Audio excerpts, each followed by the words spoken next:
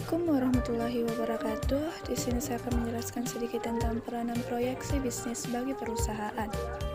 Dunia bisnis dan usaha merupakan salah satu bidang yang banyak menerapkan peramalan, forecasting, atau proyeksi.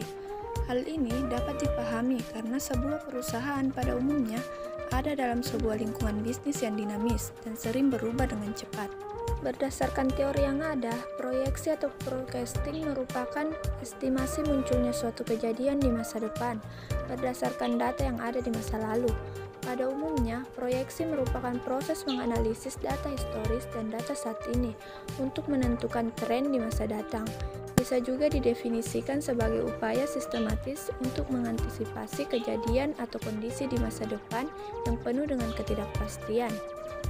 Adapun beberapa pertanyaan berikut ini dapat digunakan untuk lebih memahami pentingnya membuat proyeksi bagi suatu organisasi, yaitu 1. Jika suatu perusahaan menambah pengeluaran untuk promosi, iklan, bagaimana pengaruhnya terhadap penjualan. Yang kedua, berapa penambahan karyawan yang dibutuhkan apabila ada penambahan cabang dalam suatu perusahaan. Yang ketiga, berapa persentase kenaikan biaya perjalanan dinas terhadap penambahan penjualan. Dan terdapat 4 macam situasi yang memiliki peranan penting yang harus diperhatikan agar peramalan dapat berjalan efektif, yaitu 1. Time horizon, periode waktu di mana hasil proyeksi tersebut akan menimbulkan pengaruh, merupakan faktor penentu terhadap pemilihan metode proyeksi. Adapun periode waktu atau rentang waktu yang digunakan pada umumnya dikelompokkan menjadi 3, yaitu A. Jangka pendek 1 sampai dengan 3 bulan, B. Jangka menengah atau 3 bulan sampai dengan 2 tahun, C. Jangka panjang atau 2 tahun atau lebih. Yang kedua, kontrol versus planning mission. Dalam permasalahan pengendalian atau kontrol, manajemen by execution merupakan prosedur yang umum. Pengendalian dilakukan dengan menggunakan beberapa cara untuk menentukan sedini mungkin proses yang terjadi di luar kendali atau out of control. Dalam situasi tertentu, metode proyeksi harus mampu mengenali perubahan pada pola dasar atau hubungan pada tahap awal.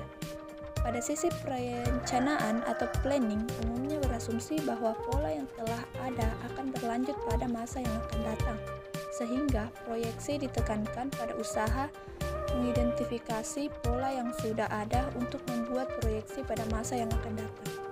Yang ketiga, kontensi, di mana membuat proyeksi pada situasi yang tidak mengalami perubahan dari waktu ke waktu sangat berbeda dengan membuat proyeksi pada situasi yang terus-menerus mengalami perubahan. Dalam situasi yang stabil, metode proyeksi kuantitatif dapat digunakan dan dilakukan pencermatan secara berkala untuk mengetahui tingkat keakuratan proyeksi. Dalam hal terjadinya perubahan situasi, haruslah metode yang diperlukan adalah metode yang mampu beradaptasi secara terus-menerus agar proyeksi yang diperoleh dapat mencerminkan hasil terbaik saat ini dan memberikan informasi terkini. Yang keempat, existing planning procedure, di mana setiap menggunakan metode proyeksi umumnya melibatkan perubahan pada prosedur perencanaan dan pengambilan keputusan. Hal ini tidaklah mudah diterapkan dalam organisasi bisnis, karena biasanya terdapat faktor resistensi atau penolakan oleh pihak tertentu. Oleh karena itu, perubahan sebaiknya dimulai dari hal-hal yang tidak jauh berbeda dengan prosedur yang sudah ada. Kemudian, perubahan dan perbaikan dilakukan secara bertahap. Adapun permasalahan terkini seperti mempertahankan bisnis di tengah krisis corona, di mana wabah penyakit virus corona atau COVID-19 yang melanda dunia sejak awal tahun telah mengguncang kehidupan masyarakat sehari-hari. Bukan hanya mengancam nyawa, wabah virus corona juga memukul banyak kelangsungan usaha. Lalu bagaimana cara untuk mempertahankan bisnis di tengah krisis corona?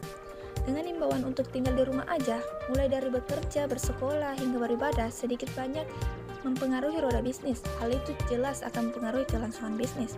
Dengan melakukan pengecekan mendalam terhadap kondisi keuangan bisnis, maka itu sebagai langkah antisipasi, dan membuat bisnis plan yang juga memuat proyeksi atau forecast atas keberlanjutan usaha paling tidak hingga setahun ke depan.